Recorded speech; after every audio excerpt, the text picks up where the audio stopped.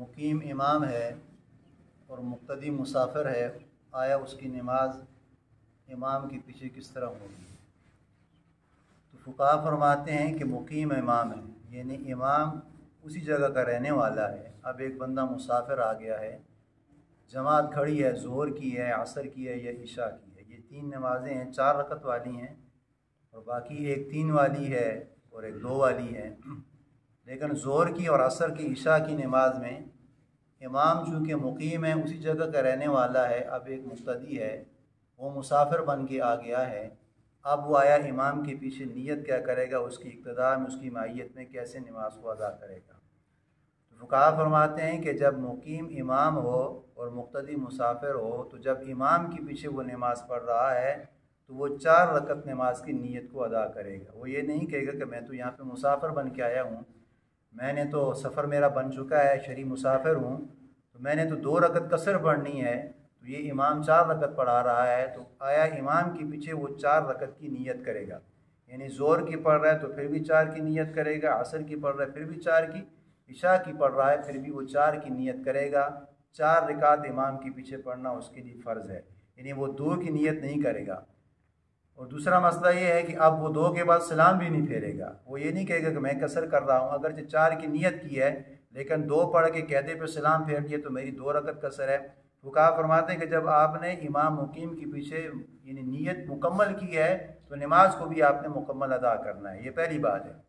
दूसरी बात यह है कि अब जमात हो चुकी है, नमाज मुकम्मल हो चुकी है, अब वो बंदा बाहर से मुसाफिर आया तो फुक़हा फरमाते हैं कि वो अपनी 2 रकत नमाज को कसर अदा करेगा, इसलिए कि इमाम की नमाज से निकल चुका है, इमाम की नमाज से फौत हो चुकी है। अब जब अपनी नमाज पढ़ अकेले पढ़ रहा है तो वो 2 रकत की नीयत करेगा। ये शरई मसला है मुसाफिर के लिए।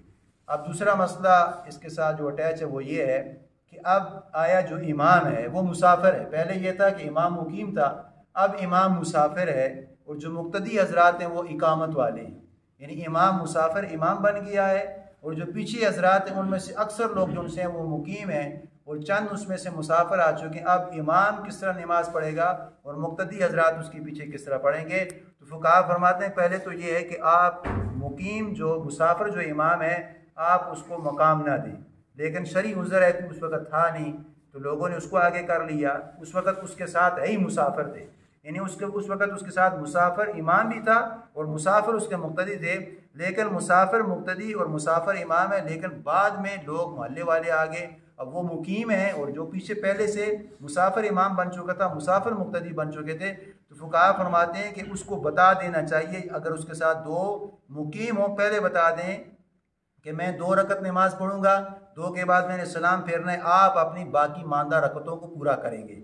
यानी ज़ोहर की है 2 के बाद मैं सलाम फेरूंगा, असर की है 2 के बाद सलाम फेरूंगा, इशा की 2 के बाद सलाम पढ़ूंगा, आप बाकी मानदा 2 रकतों को नमाज को बाद में अदा करेंगे।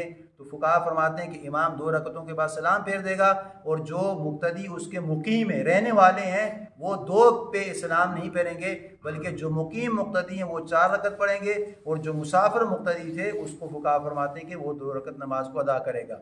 और तीसरा मसला ये है कि अब एक शख्स ऐसे है कि वो जब घर में था उसकी कुछ नमाजें कज़ा हो चुकी हैं, ज़ोहर की है, असर की है, मगरब की है या इशा की है, कोई नमाज भी कज़ा हो चुकी है।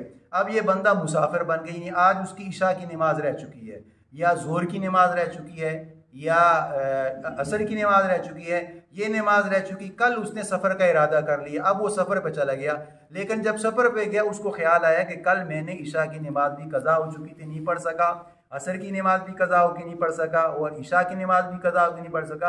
अब फुक़हा फरमाते हैं कि ये जब सफ़र में होगा तो हालत इकामत में जो इसकी नमाज कज़ा हुई थी, ये हालत सफ़र में 2 की कज़ा नहीं करेगा बल्कि ये 4 की कज़ा करेगा, इसलिए कि उस वक़्त इसका सफ़र नहीं था, उस वक़्त ये अपने मकाम पे था, घर पे था, वतन पे था। जिस वक़्त इसकी यानी कज़ा नमाज हुई वो अपना मकाम था।